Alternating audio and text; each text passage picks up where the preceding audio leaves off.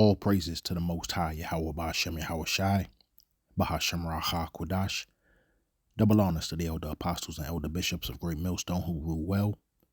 Peace and salutations to the hopeful elect, scattered throughout the four corners of the earth, laboring in his truth in all sincerity. Job 9:24. The earth is given into the hand of the wicked. He covereth the faces of the judges thereof. If not, where and who is he? Before I get started here, I'm just going to give a real quick fair use disclaimer. This is protected under fair use. The video I'm about to play, something that I've seen Apostle Gabar get into several times in the past. I'm just going to reference this video, approximately 2 minutes of it. And I am not being paid off of this. This is strictly for educational purposes.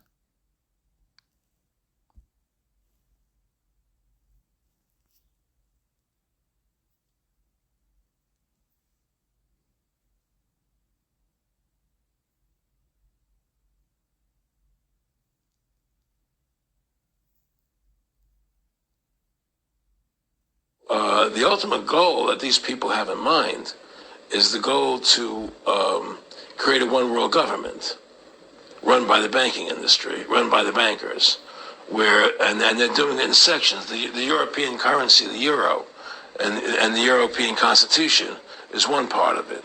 Now they're trying to do it in America with the North American Union, right? And they want to create a new currency called the Amero, right? And the whole agenda is to create a one world government where everybody has an RFID chip implanted in them. All money is to be in those chips, right? There'll be no more cash. And this is getting me straight from Rockefeller himself. This is what they want to accomplish. And all money will be in your chips. And so instead of having cash, anytime you have money in your chip, they can take out whatever they want to take out whenever they want to. If they say you owe us this much money in taxes, they just deduct it out of your chip digitally. Total control. Total control. And if you're like me or you, and you're protesting what they're doing, they can just turn off your chip. And you have nothing. You can't buy food. You can't do anything. It's total control of the people. And that chip's connected to a database that has your purchasing records, what you do, what everything. you sell. Everything is in there, you know? And so they want a one world government controlled by them, everybody being chipped, all your money in those chips, and they control the chips, and they control people, and you become a slave, you become a serf to these people.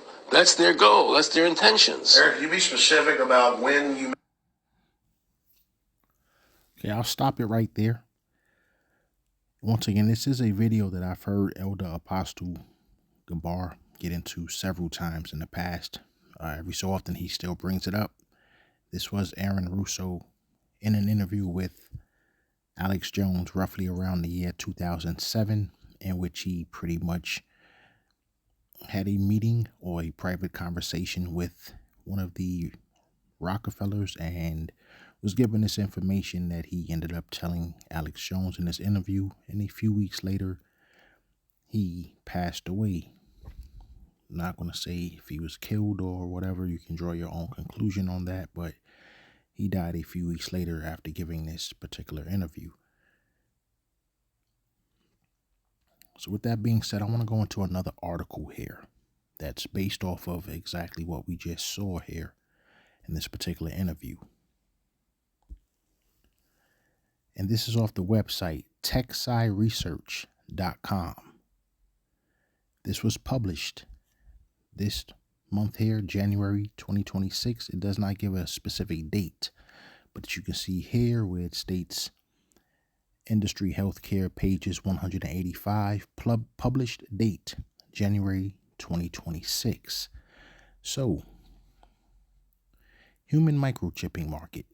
Global industry size, share, trends, opportunity, and forecast segmented by technology, RFID, radio frequency identification, NFC, near field communication, others by type, implantable microchips, non-implantable microchips by application, and so on and so forth. We'll scroll down just a little bit here. And as you can see, we start looking at some numbers. So the report description, forecast period, market size in 2025. In 2025, we see USD 2.06 billion, fastest growing segment at 6, and this is projected between 2026 to 2031 at 6.58% implantable microchips. The largest market would be North America, USD 3.02 billion with a B dollars. So as we can see, they're about to start putting in a whole lot of money into this global human microchip market here. So let's read a little bit further. Market overview. The global human microchip market will grow from USD 2.06 billion with a B in 2025 to USD 3.02 billion with a B by 2031 at 6.58%. Human microchipping involves the subdermal implantation of RFID or NFC circuits, serving as identifiers for access control, financial transactions, and medical storage. Key drivers for the global human microchipping market include the escalating demand for frictionless, contactless interactions and high assurance identity verification methods, eliminating reliance on physical tokens. I'll stop right there. I think we all get the point so far, and it looks like they're about to really roll this thing out. Once again, this is techsciresearch.com.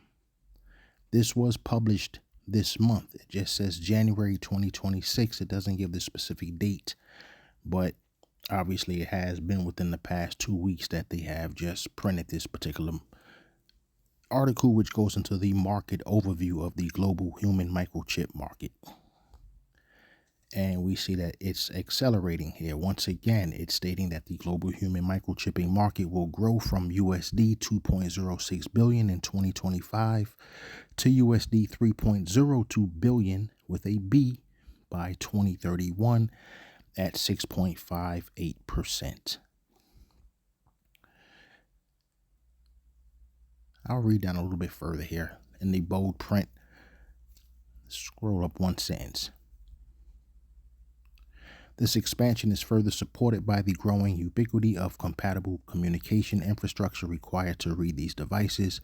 According to the Smart Payment Association in 2024, 92% of all payment cards shipped globally were contactless enabled, highlighting the widespread technological readiness that facilitates the adoption of implantable payment solutions. Key market drivers. Let's see what they're saying here. This segment is witnessing tangible progress. According to Neuralink, in August 2024, the company successfully implanted its brain-computer interface device in a second human patient, marking a significant step towards commercial viability for neural recording technologies. I'm pretty sure I just read earlier today, or could have been yesterday, there's maybe a few more. It says 2 here, but that was as of August of 2024. I'm pretty sure I read earlier, I want to say maybe 4 or 5 actually now, people who have this Neuralink device implanted into their brains. But once again, we see that there is a huge market now, and they are pumping a lot of money into this global human microchipping market here. So this is not a conspiracy theory. This is actual fact. This is prophecy playing out. And no matter how much people, want to remain in denial or scoff against this truth, we're really at the point where it doesn't matter, because the Most High, Yahweh Bashem Yahweh Shai's word continues to go forth. And the men who have been at the forefront of pushing this 100% truth in all sincerity have been the men of Great Millstone, starting with the apostles on down to the bishops, elders, and the Akim in its entirety of GMS. And GMS have been the watchmen in this. We look at Ezekiel chapter 33. It speaks of watchmen, and that is exactly what GMS has been here regarding this particular prophecy in itself. So I'll go to Ezekiel 33 and I'll start at verse 3. When the watchman sees the enemy coming, he sounds the alarm to warn the people. Then if those who hear the alarm refuse to take action, it is their own fault if they die. They heard the alarm but ignored it, so the responsibility is theirs. If they had listened to the warning, they could have saved their lives. So no matter, you know, whatever comes out of this in terms of who takes this mark or who refuses it, it may, end up being thrown in jail or being beheaded because of their refusal to take it. Those people who take this particular mark after decades of warnings from Great Millstone, as you can see right here, as it says in verse 4, those then if those who hear the alarm refuse to take action, which GMS has been sounding this alarm now for a good minute, so this word has gone out. There's no excuse for you to have heard this warning, for you to have heard the men of Great Millstone up here ad nauseum for decades doing this, and you still take this mark. But as verse 4 and verse 5 says, then if those who hear the alarm refuse to take action, it is their own fault if they die. They heard the alarm but ignored it, so the responsibility is theirs. If they had listened to the warning, they could have saved their lives. And that's pretty much what the men of Great Millstone have been trying to do. They have been sounding the alarm. This right here is a matter of salvation. This is a salvation issue. So, don't let somebody fool you into thinking, the MOTB is a spiritual thing. No, it's an actual physical thing. And it is a matter of salvation. So I'll read verse 6. But if the watchman sees the enemy coming and doesn't sound the alarm to warn the people, he is responsible for their captivity. They will die in their sins. But I will hold the watchman responsible for their deaths. And that goes to what I was just saying. There's a lot of people who, they naysay and they scoff and mock against this truth, basically coming up with a bunch of miseducated guesses as to what they think or feel or believe the MOT should be, or what they actually want it to be. A lot of these guys are merchants. They're selling things online, so they know for a fact that eventually it's going to come down to them having to make a choice as to whether or not they're going to receive this mark or not, especially if they want to continue to sell things online. A lot of guys who are in this truth and are making a whole lot of money, and I've heard some absurd numbers. Guys making $30,000 a month, $20,000 a month, basically hustling the truth. So I'm pretty sure these guys are not working just your typical 9-to-5 jobs, or they don't have your typical small business. They're banking off of this. They're literally banking off of this ministry. And so what they're doing is they're telling you the MOTB is everything else except what it actually is, because they know that it's going to come a point where they may actually have to get the mark. And of course, they're going to tell you that it's not the MOTB because they need you to keep coming to their websites and buying. They need you to keep purchasing. So of course, they're going to sit here and tell you that no, the MOTB is not the RFID microchip. So like verse 6 says, if the watchman sees the enemy coming, and these men who call themselves watchmen, or these men who are supposed to be watchmen, when you come into this truth, you become a watchman. You're supposed to be a watchman. This becomes your job here, to sound the alarm. And when you see the enemy coming, like the verse says, but if the watchman sees the enemy coming and doesn't sound the alarm to warn the people, he's responsible for their captivity. They will die in their sins.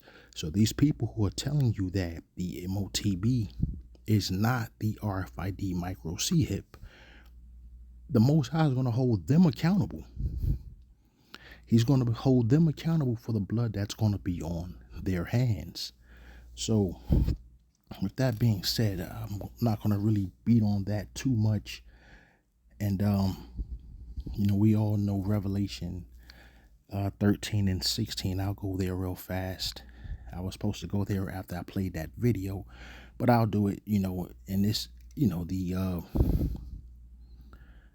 Revelation 13 and 16 through verse 17, we've gone over this ad nauseum, the men of great millstone, starting with the apostles and the bishops and the elders of these camps. They have gone over this ad nauseum over the years, and he causeth all, both small and great, rich and poor, free and bond, to receive a mark in their right hand or in their foreheads, and that no man might buy or sell save he that had the mark or the name of the beast or the number of his name. And so, as we saw in that beginning video, in the opening video, you can hear Alex Jones go total control, and that's what it's about. If you watch that video in its entirety, you will hear Aaron Russo basically say, these men, they control the Federal Reserve Bank, so they can print all the money that they want, all the money that they need. It's not about money, it's about control. This is a control issue here, so the only way they can get you to comply completely, for you to be in full compliance to whatever their agenda is eventually it's going to come down to them micromanaging and handling your money for you. They'll be able to tell you when you can spend, how much you can spend, and if you refuse anything, they'll just cut access to, your funds, your bank account, your money. So this is a control issue. And this is also, like I said earlier, this is an issue. This is a salvation issue. So it's each one of our salvation, our faith is going to be tested here. This is the hour of temptation. So it would behoove a lot of people to start getting with the program here. Time to put your pride aside. And that's what a lot of this just comes down to pride. You don't want to admit at this point of the game now that the men of great millstone, starting with the apostles on down, are right.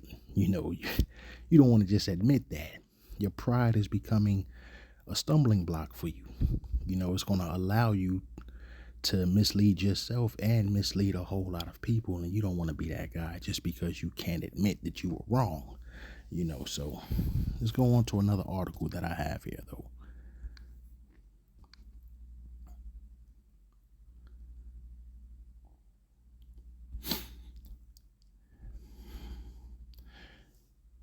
Okay.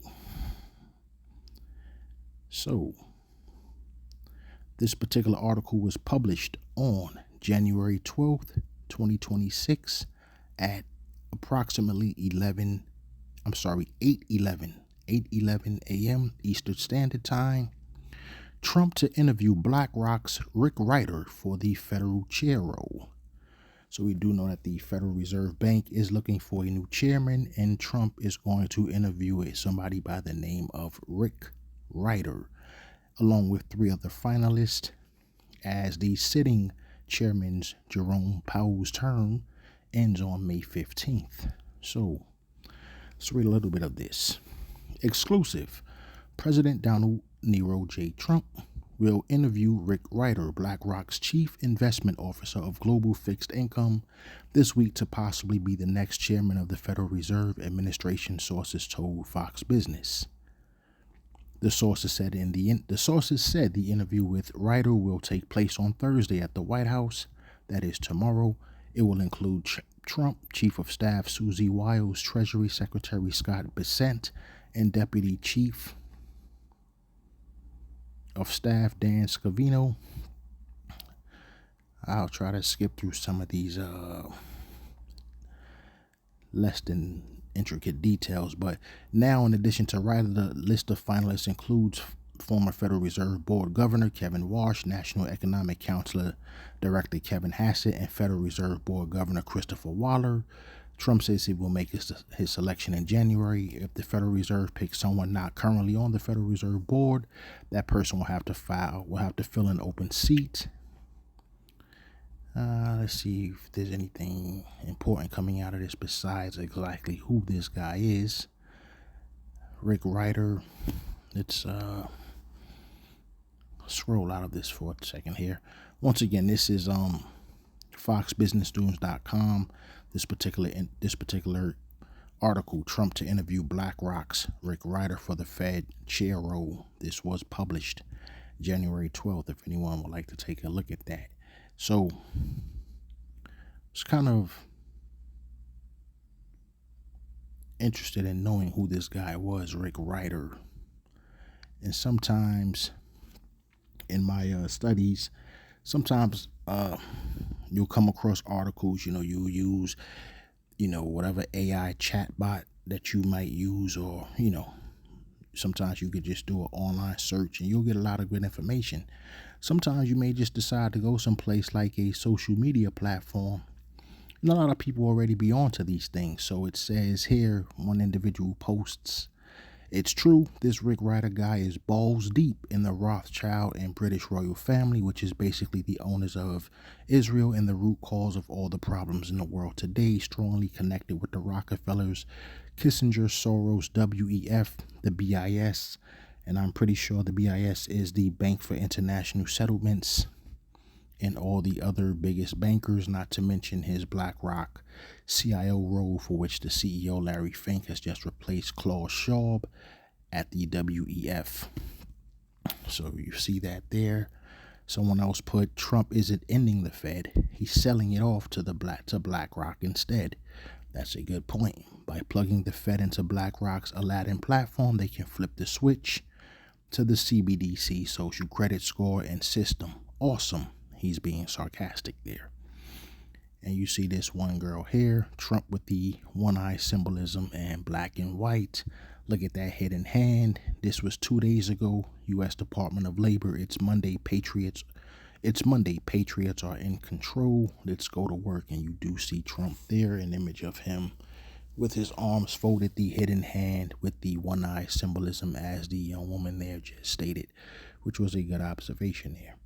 So, Trump came in here talking a whole lot of good stuff, about draining the swamp, making America great again, America first, all that good sounding stuff when somebody is running for a public office, especially one as high as the presidency. But, no one is going to really ever not be under control. The president is nothing more than just a figurehead. He's a mouthpiece, basically.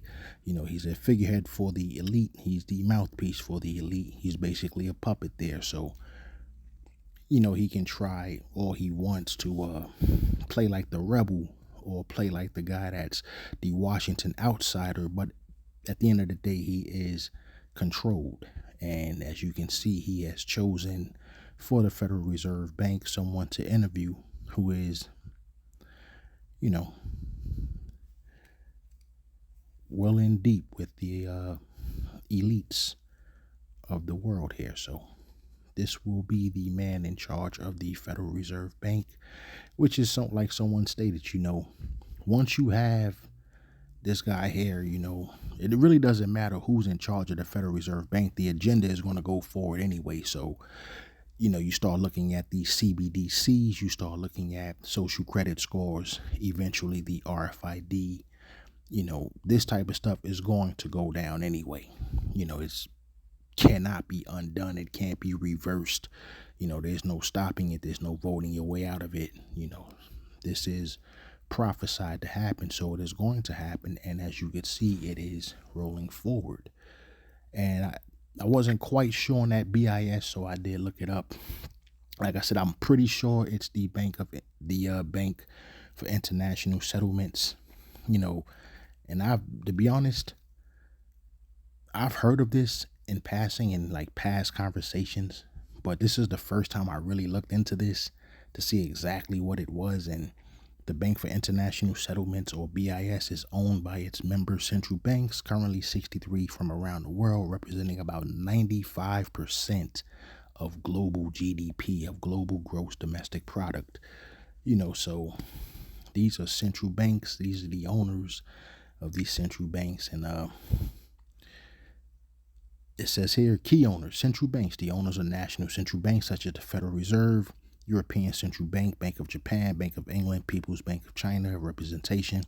These central banks hold shares, giving them voting rights and stakes in institutions.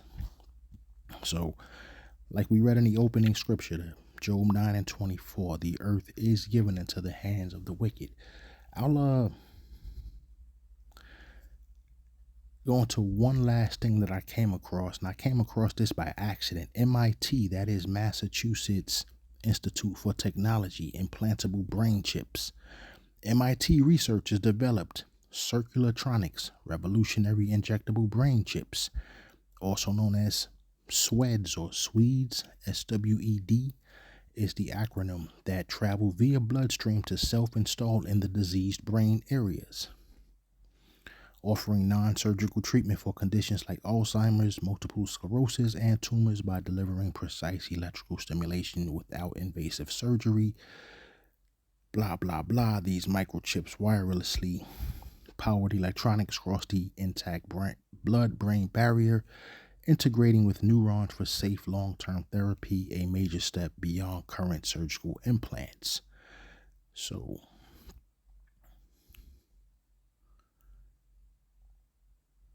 and this is the reason why I actually kept it. What is the significance of all of this? The Circulatronics platform offers a paradigm shift from risky, expensive surgical implants like Neuralink to a minimally invasive bio-integrated approach, potentially making advanced neural therapies available to many more people. So, this is what they do. They make it sound like it's a great thing. Hey, we can help you with your Alzheimer's, we can help you with your multiple sclerosis or whatever other brain, maybe Parkinson's or whatever else, whatever blunt force trauma you may have had to your head. They make it sound like it's a good thing, but ultimately here, this is just another way. Neuralink is too expensive for the average person out here.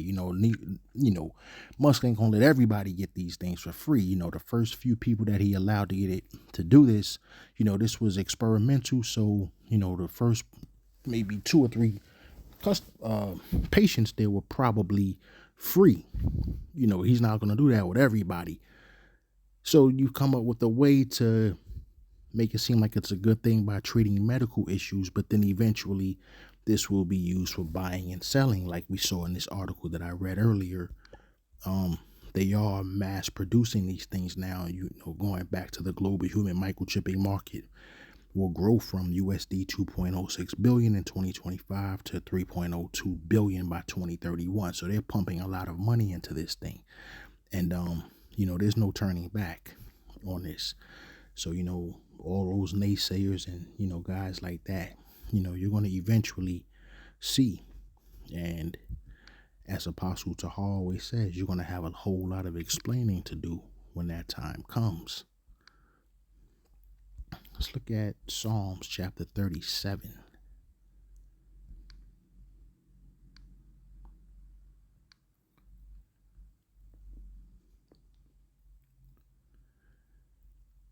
Be still in the presence of Yahweh Bashem and Hawashai and wait patiently for him to act.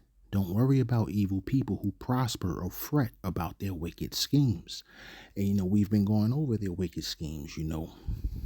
I started off in this particular video showing Aaron Russo, who was, passing on whatever knowledge that he may have gotten unto Alex Jones. And however you may feel about Alex Jones, the Most High used him to bring that particular piece of information to the forefront here. And it's actually the men of Great Millstone who were able to apply the prophecy to that. A lot of people know about the technology. The technology isn't nothing that you probably haven't heard before. I can tell you rap songs from the 90s that were talking about the RFID microchip. If you remember a rap group called Goody Mob, they had a song called Cell Therapy. And if you remember the 4th verse to Cell Therapy, that was Big Gibbs' verse. When he put it, and not only did he say this in the actual song itself, but they had a video for it where they were showing it. And he was saying, tag my skin with your computer chip.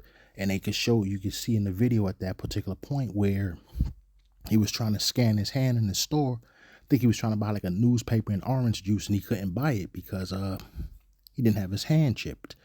So, they've been putting this stuff in rap songs. They've been putting this stuff in movies going back to the 80s, the 90s.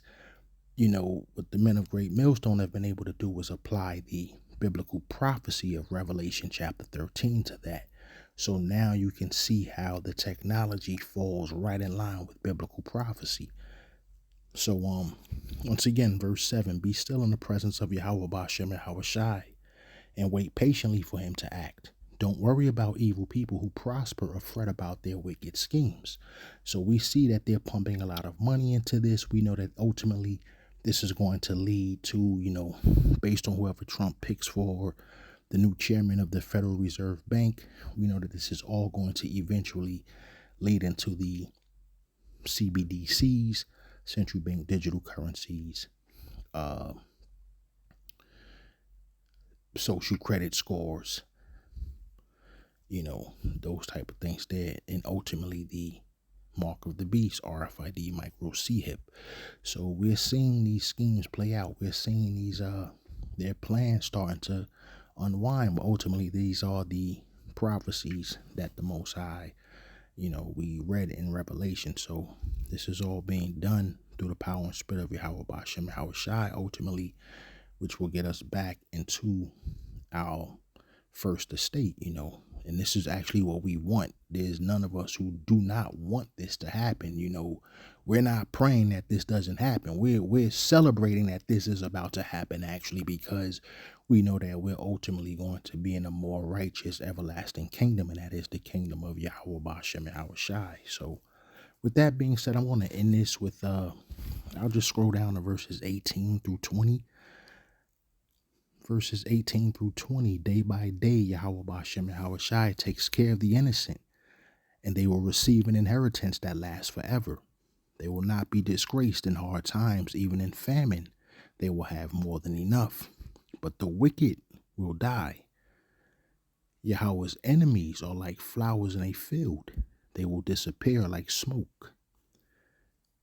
So I pray this has been edifying and reaches the ears it's supposed to reach. Shalom.